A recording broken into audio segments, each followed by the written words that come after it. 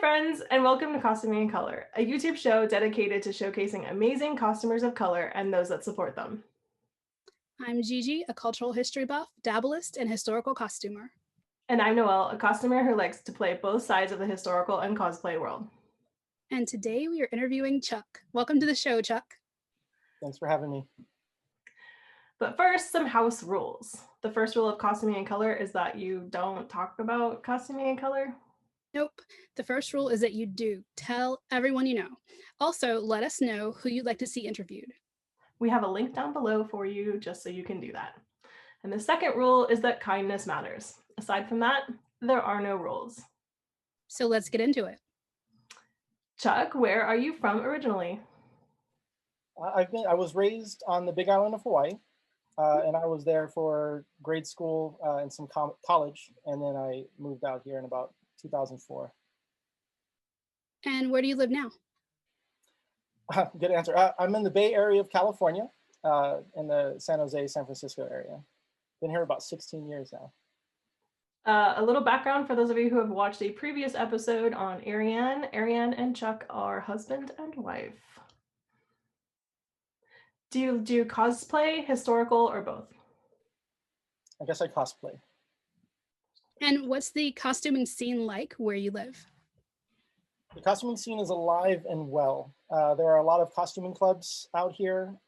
There's a lot of major pop cons, anime conventions. There's the Renaissance Fair, the Dickens Fair, NorCal Pirate Festival. There's lots to choose from. You just pick anywhere that you want to go. Yeah, your level of commitment in the Bay Area can be from like, I like to wear clothes to like extreme. So it's kind of a costume mecca, actually. What is your internet handle and why did you choose it? This I want to know. I picked, it's C Marshall, SEA_Marshall. I'm Chuck. That's where the C comes from. And I put in SEA just because it kind of loosely ties back to my Hawaii roots. So C Marshall, nothing fancy. All right, since you do cosplay, what type of characters do you gravitate towards? Definitely the bad guys. Villains, monsters, creatures, anybody in a mask. I just tend to go towards the bad guys for some reason. Do you feel like the Mandalorian is a bad guy since you're sitting there with Baby Yoda, Grogu? I think all the bounty hunters, and this also kind of goes the same for like the Predator, is they're misunderstood. You know, they're there for a very specific reason. You know, with the bounty hunters, they're paid to do a job, so they're not inherently bad. It's just what they're doing. It's a line of work. Okay. I mean, he's a nice guy sometimes, but he's also very vicious. I mean, he was ready to get into a fight in front of the kid in the bar with the marshal, and he was like, he's seen worse. Yeah. So he can get his hands dirty. So how did you get your start in costuming? So that came through the way of Star Wars. I was at work and a coworker brought in a Mandalorian helmet, just unpainted, just a raw cast helmet. And he told me that there was a club exclusively for building and wearing Mandalorian costumes. And that club was the Mandalorian Mercenaries. I'm just like, thanks for the website. And, you know, the rest is history. And the next thing you know, I'm renting a storage unit for costumes. Do you really have a storage unit? I've been wondering about that because your apartment is not that big. No, it is not. One costume was fine. And, you know, we haul like really big trunks too. And one costume was fine. The second costume was fine because they stacked really nice. But the third costume, now it started breaking into my personal space. But we also, you know, kids, growing space, more toys for them, less for me. So I got a storage unit to take care of the kids' stuff, but also for the board games and all of my costumes. So and then Ariane started doing this too. And then now there's a million costumes. Well, we work perfectly together. I mean, she does a lot of sewing. I do a lot of the armor crafting, 3D printing, painting. So we've got both sides of the coin. So we can build a lot of costumes. That's pretty sweet. That leads right into the next question, which are, what are your favorite parts of the costume to make? Well, I don't I don't make them so much as I have a 3D printer, so other folks will make files. I have friends that make files. They'll send them to me. I'll print them. I like to do all the prep work, all the dusty, sandy paint prep, making the costume look really good before you start putting in all the special details. That's where I spend a lot of my time. And I'll even commission items. I have a couple of things that I've painted for other folks who don't have the time to do that particular set. And I like all the prep work, getting all that stuff ready. And then I can hand it off to them and they can take off and do what they need to. That's still making. You hit print and then you paint. It's good. So I'm curious, what aspects of costuming drew you to it?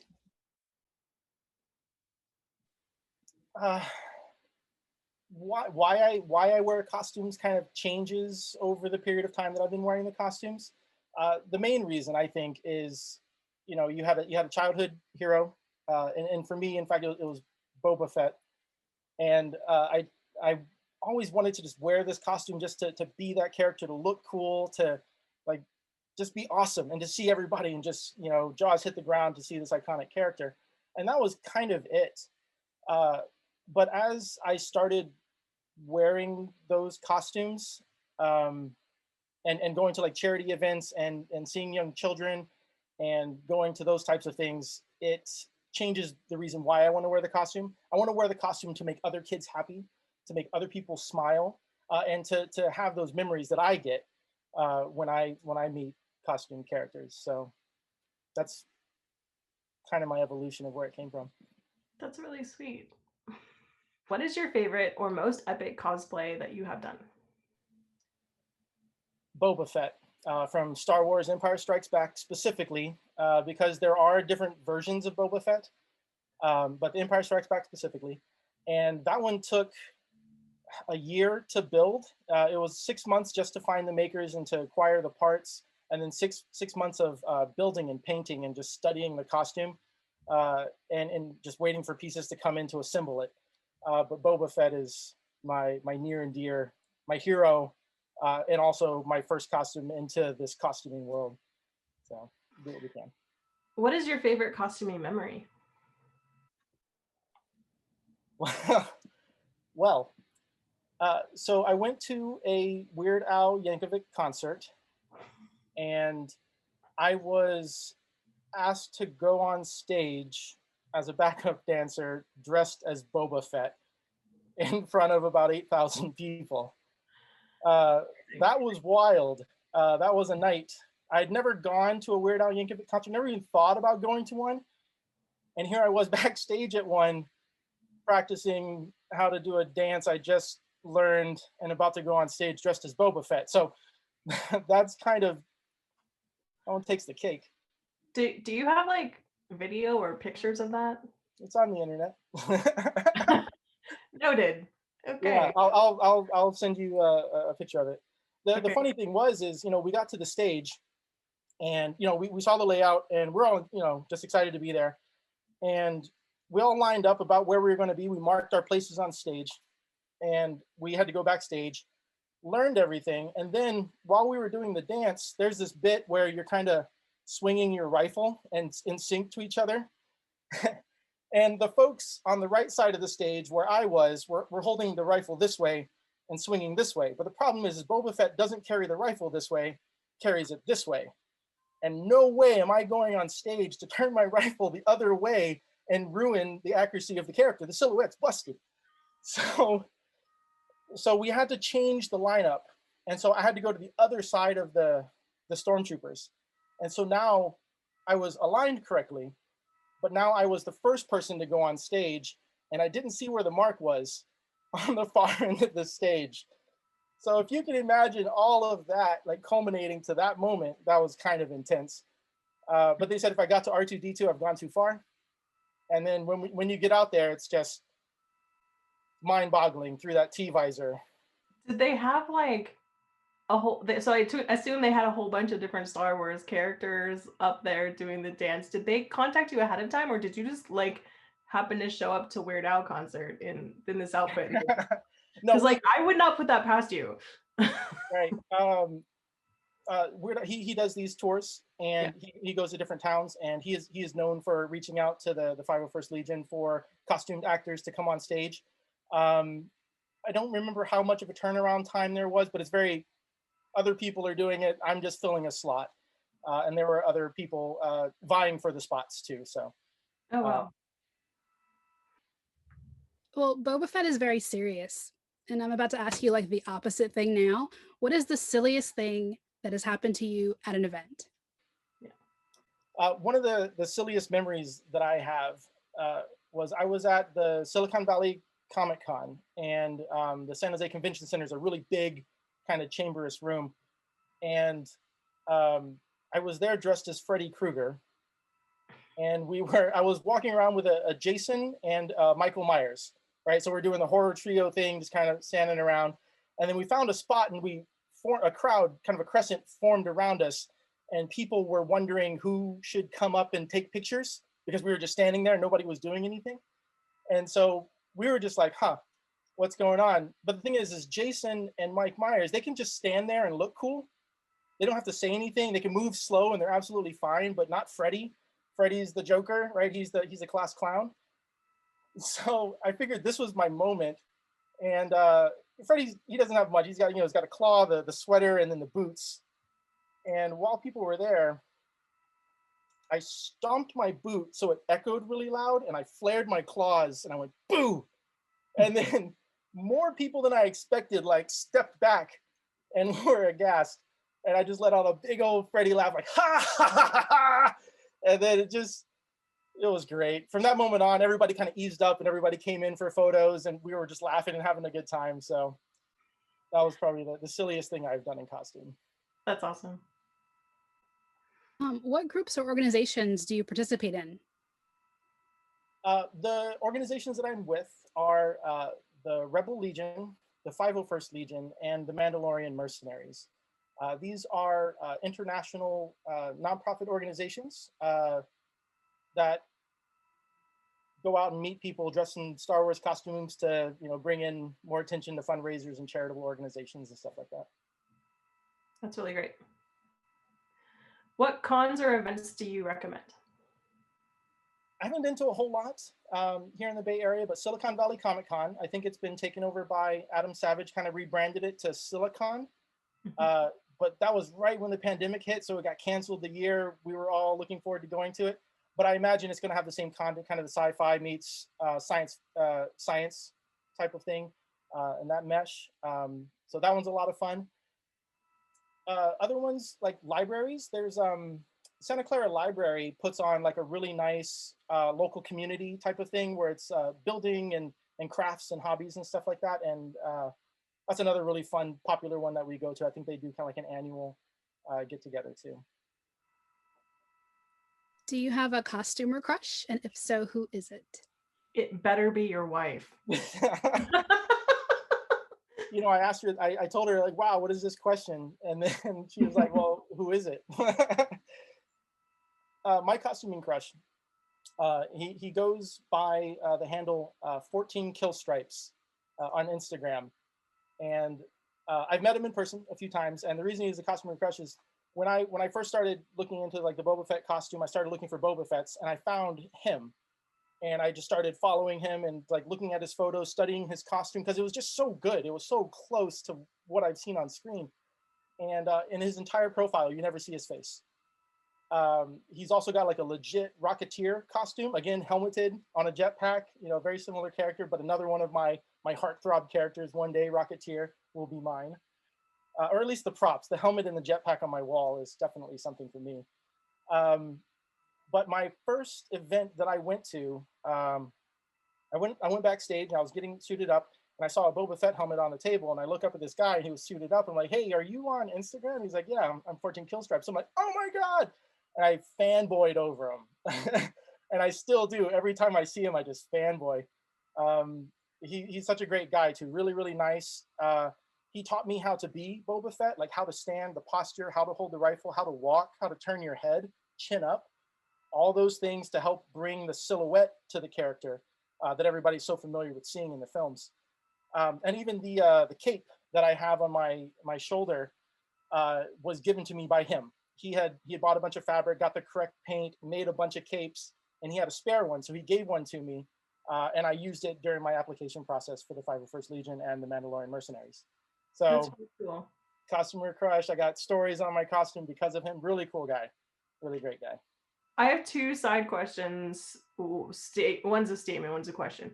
So the statement is that you talked about silhouette there, and that is actually a thing that happens in all costuming and is like especially historical, but it happens for cartoon characters and for sci-fi characters and whatever. And do you have any like recommendations on getting silhouette correct?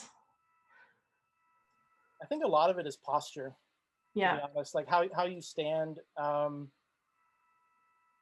yeah, how you pose for a photo. Like when you think of a character that you want to be, think of how you know that character to be, Yeah. and stand that way and just posture yourself that way. Um, Other than that, I guess like I'm just trying to think of like shapes of hats and wigs and stuff like that to match it, really. Yeah. Because like what I think of is like Lord of the Rings, right? When you get that big hero shot of them going across everything, and you can see every single character, you can name every single character. You know, the Disneyland characters, right? You can line them up, you can pick them all out. So stuff like that, being able to just nail it. Yeah. Posture, I think. Also, can you talk about the application process for the Star Wars specific stuff? Because like most, just so everyone knows, most costuming does not require a application process. The Star Wars, especially the like official clubs, are probably the most strict as far as having an application process of any costuming org I've ever seen. Can you talk about going through that process a little bit? Yeah, sure. Yeah, I've got a number of costumes in all three of the clubs actually. So the application process is you must have a costume that meets their standards and expectations. There's a costume requirements list, which we refer to as a CRL, and it labels every single item that you need to have. Your helmet needs to be a certain way, gloves, pants, boots, patches, stitching, wherever it may be, to meet those requirements of what we see on film. And then once you've met all of those and you have all of those requirements, you take photos of front, back, left, right, any blasters or weapons that you might have, and then a helmet off so that you can see that you're the person in the costume. And then you send that in to an application team. And that team may be one person, it may be 5 people. And those costumes, because there are so many different ones in the universes, they go to specialists, like the Boba Fett goes to bounty hunters. You know, Captain Phasma goes to, you know, stormtroopers, right? To find the person who knows the most about that costume. And then they write back to you and say, hey, you know, your costume looks good. Here's a couple of things that you can tweak or fix, or here are some recommendations. And then you're typically given 2 or 3 weeks to kind of make those adjustments and fixes and send those back for a final approval process. Sometimes you get it on the first try. Other times, you know, you're going to be frustrated because you've spent so much time and money and effort on this costume. It's been a year. What do you mean this isn't the right color? You know, it's just crazy. But that's why we do it. We love it. We want to be the perfect representation of the characters that we're trying to be. We have with the Star Wars costuming clubs that I am with, they are affiliated with Lucasfilm in that they are recognized as elite costume clubs. But we are not part of Lucasfilm in any way whatsoever. We're just recognized by them. Oh, and so when we go out, we want to be able to represent those characters true to form, exactly what you see on screen. So the reason that you have requirements is because you're effectively being official representatives of Star Wars TM-ish in a lot of cases. Yeah, they own the character, so you're theirs. Yeah. So that's not normal. I just want everyone to know out there, like if you're getting started with costuming, that's not a thing with most costume orgs, places, conventions, whatever. Like there's not a whole process that you have to go to, but there are specific times at which you will be asked to submit things if you're going to join an elite club that is representative of a very specific brand for a very specific reason. All right. What is your theme song for doing your craft? Do you have a playlist? Well, I hope you're not tired of Star Wars yet. So The Mandalorian came out, and I've been listening to that soundtrack on repeat, Really just good. over and over and over again. To call out a few songs right now in the playlist, there's one called "Capture the Flag," and this is the scene where Boba Fett reclaims his armor, comes back in, and just destroys stormtroopers. It's a great song, and I'm working on like Boba Fett armor and stuff, and it's just fun to listen to the music too. Yeah. The Marshal is another one. This is the episode 1 of season 2 where Cobb Vanth is riding on their motorcycles or their speeder bikes, and they're just having that Western music playing. So good. Also, you are Marshall, so Yeah, 2 L's on this one on me yeah, though. Yeah, those are it. Just the soundtrack on repeat over and over and over again. that's awesome. Yeah, when I made my Iron Man bustle dress, I watched Iron Man a lot. It helps to be in the inspiration. Yeah. Give me some ideas that you might have on how we can be better mentors for our community. I'm already kind of actively doing this. I'm trying to do this within the costume clubs. I have one of kind of a regional position within the Mandalorian Mercenaries right now, and what I'm trying to do is I'm trying to engage more people, more clans in the area. And because of COVID and because we've been separated, we're trying to hop online and do demos and tutorials to teach other people how to reach out to other people digitally, even in just in their areas. Um, and to help them costume, because we can show you things online and we can give you like direct feedback and stuff like that to kind of help you go through all of that. But we'll also meet up with people and we'll teach them how to do things. We hold what are called armor parties, and we'll show up and we'll just cut and craft and paint all day. And we bring in people who are specialists in those areas to kind of help guide those people into building their costumes. Because we want to recruit more members, we want to get more people in our ranks, we want to be able to go out in larger numbers, and we just want to have a good time and help the community too. So that's what we're doing, kind of a little reach out. So if you're a person who wants to explore this Star Wars universe with other costumers, how would a person reach out to the 501st in their area in order to possibly learn how to make these costumes? That's a good question. MandalorianMercenaries.org is for one of them. The RebelLegion.org, I believe, is the other one.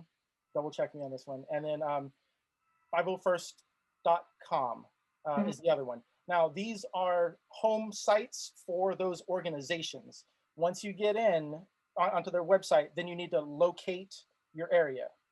So go look for California, wherever you may be. They're all over the world. They're all over everywhere.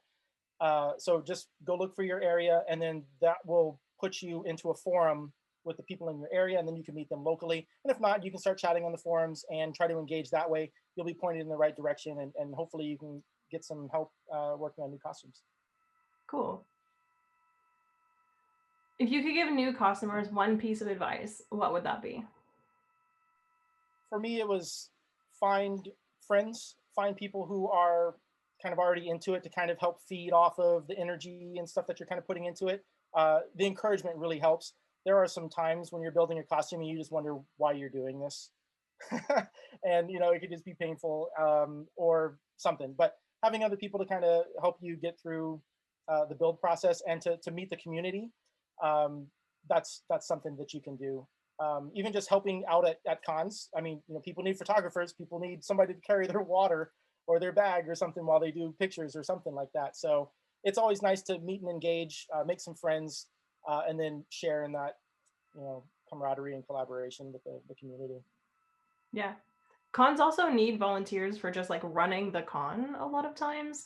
So you can also reach out to your local con and ask if they need volunteers. Like sometimes you might be watching a door for badges or running the ADA desk or whatever like that, but it will start to get you meeting and talking to people, and then those people will slowly roll you into their world. Like they're all costumers just want more costumers. That's like a common agenda with costumers. Like we try to get anyone we know or even come in vague contact with sucked into this world somehow. So it will happen.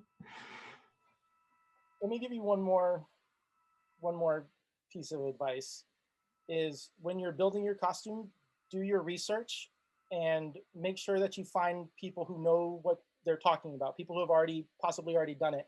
Because what I found when I built my Boba Fett was I bought pieces thinking, oh, I know this. It's right here. I'm just going to go buy all of these things. And then when I find them, they're incompatible. They don't fit. They don't look right. And then now you're out X number of dollars because you just paid for that. And now you got to go buy another one. So with Boba Fett, I pretty much bought everything except the helmet twice. But that's not true because I had to paint the helmet, then I sanded it off, and then I painted it again. So do your research. The research is free. Just make sure that before you make any purchases, you're absolutely set and you know what you're going to get into. So Chuck, if you have a message on inclusion or equity that you'd like to send out, we can make space for that right now. The only inclusion I really have is costuming is for everybody, all ethnicities, all people, all shapes and sizes. Have fun. Be the character that you want to be. Enjoy the fandom, and that's pretty much it. Have fun. Wear a costume because you want to wear a costume. That's all I really got. Thank you so much for joining us today, Chuck. It was lovely to get to know you a little bit better today. Thank you also to our viewers for joining us today. We will leave a list of Chuck's information down below for y'all to go and follow him on all of his platforms. And please give this video a thumbs up if you liked it, subscribe if you haven't, and if you know a costume or a color that you think we should interview, please let us know in the description using the form that we insert in the description box below. Make sure to leave a little love for Chuck down there too in the comments, and we're going to sign off. So stay safe out there and take care of each other. Bye, guys.